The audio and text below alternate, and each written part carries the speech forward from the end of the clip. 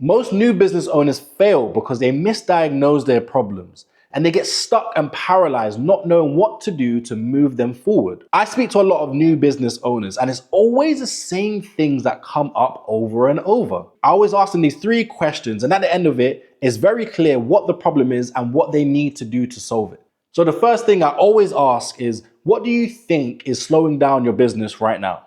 And I always get the same things back. It's the leads. My content's not resonating, or people don't know about my product. Whatever it is, I always agree with them. I'm not trying to solve their problem. I'm trying to get them to solve their own problem by asking questions. So they say, okay, so if I wave the magical wand and all of these problems were gone tomorrow, everything will be working great?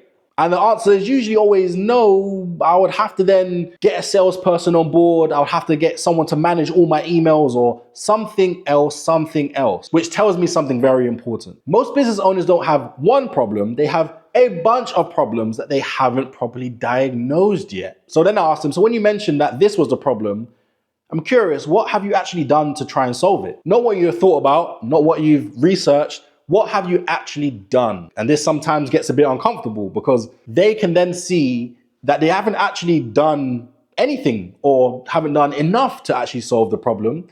They may not even be aware that this is the only problem or this is the main problem that they need to solve. You see, there's so many hats that you need to wear in the early stages of a business. It's very easy to get bogged down on every single task. But if you want to make real progress, you need 2 things.